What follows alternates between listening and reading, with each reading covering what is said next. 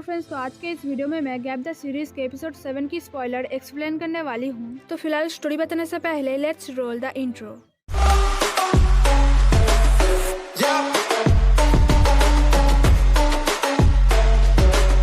कहानी में आगे सैम जब बहुत दिन बाद ऑफिस में आती है और एक मीटिंग रखती है, तब वहाँ पर वो सबको बताती है उसने फेसबुक पर डाइवर्सिटी पॉप पेज को देखा है जिसमें सिर्फ 200 के फॉलोअर्स है, जो कि उसके हिसाब से बहुत कम है। और अगर किसी को सैम के कंपनी को कांटेक्ट करना हो तो या तो वो सोशल मीडिया से, नहीं तो किसी के सजेस्ट करने पर कांटेक्ट करते हैं, जो कि सही नहीं है।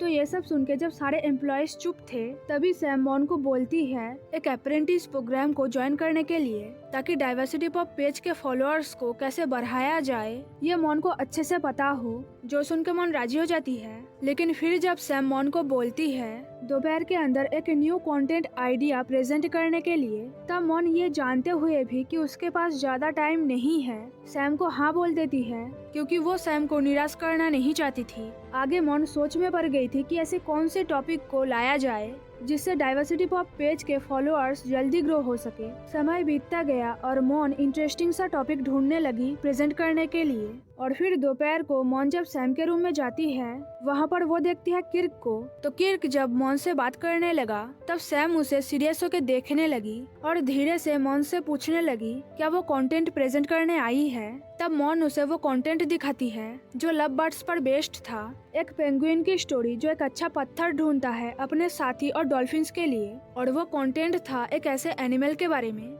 जो दोनों जेंडर्स के साथ बच्चा पैदा कर सकता है। और फिर मॉन जब समझाने लगी ऐसे कंटेंट रीडर को ज्यादा अट्रैक्ट करेगी उनके पेज की तरफ, तभी अचानक से सैम सारे पेपर्स फेंक देती है और मॉन से पूछती है क्या उसके पास सिर्फ यही है, जो देखकर किर्क सैम को रोकने वाला था। लेकिन उल्टा सैम उसको रोककर मॉन को बोलती है कि मॉन ने उसे बताया था मॉन ने उसी यूनिवर्सिटी से ग्रेजुएट किया है जहाँ से सैम ने किया था, और सैम को वो अपना आइडल मानती है। लेकिन मॉन अगर यही कर सकती है तो मॉन को किसी को भी ये बात बताना नहीं चाहिए, जो सुन के मॉन बहुत एम्बेरेस्ड फील करती है। अब क्योंकि सैम काम को लेकर बहुत सीरियस थी, इसलिए वो मॉन को एक भी बात बोलने का मौका ना देकर उसे बोलती है अगर मॉन से ये काम नहीं हो सकता तो उसे पहले बता देने के लिए, ताकि उसका पैसा मॉन की सैलरी देने में बर्बाद ना हो और सैम किसी और को ये काम करने का मौका दे।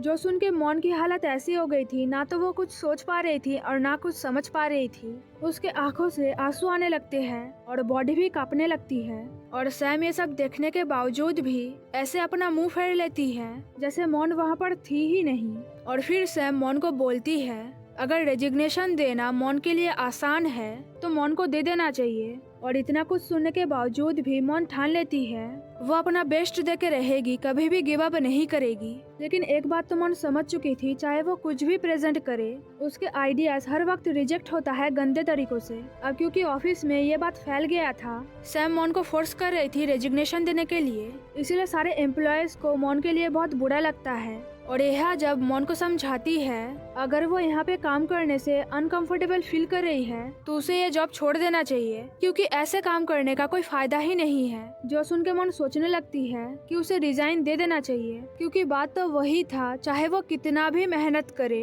कितना भी अपने काम को लेके सीरियस क्यों ना हो, सैम हमेशा उसके आइडियाज को रिजेक्ट कर देगी और सैम हमेशा उसके साथ एक टाइगर की तरह ही बिहेव करती है। और फिर यह जब मॉन से पूछती है क्या मॉन न्यू जॉब ढूंढने के बारे में सोच रही है, तब मॉन बताती है उसने अभी नहीं सोचा।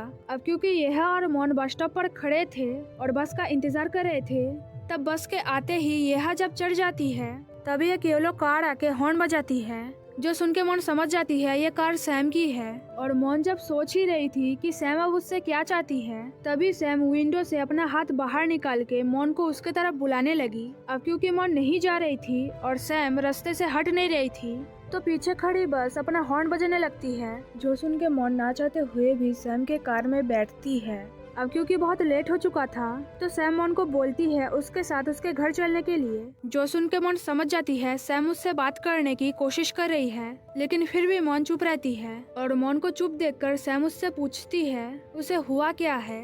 उसके बातों का जवाब वो क्यों नहीं दे रही है। तब मॉन सैम से पूछती है क्या वो उससे नफरत करती है। जो सुन के सैम जब पूछती है मॉन को ऐसा क्यों लगा, तो मॉन बताती है सैम ने ऑफिस में उसके साथ जैसे बिहेव किया वो देखकर उसे ऐसा लगा। जो सुन के सैम मॉन को समझाती है वो रिलेशनशिप और काम को अलग रखती है। मॉन ने अपना काम ठीक से नहीं किया था और इसीलिए सैम ने उसे इतना बोला। जो सुन के मॉन सैम को बताती है सैम ने उसके साथ आज जो भी किया वो सही नहीं था। सैम ने बस उस कंटेंट को ऊपर ऊपर से देखकर फेंक दिया और वो भी सबके सामने, जिससे मॉन को बहुत एम्बैरेस्ड फील हुआ। जो सुन के सैम को रियलाइज होने लगा कि सच में आज उसने मॉन के साथ जो भी किया वो सही नहीं था और आज पहली बार उसने मॉन पर इतना चिल्लाया। तो फिलहाल ये वीडियो यहीं पर खत्म होती है, लेकिन जाने से पहले वीडियो को लाइक करना, शेयर करना, वीडियो के नीचे कमेंट करना मत भूलना और अगर आप चैनल पर नए हो तो जल्दी से सब्सक्राइब कर लेना। Thanks for watching guys.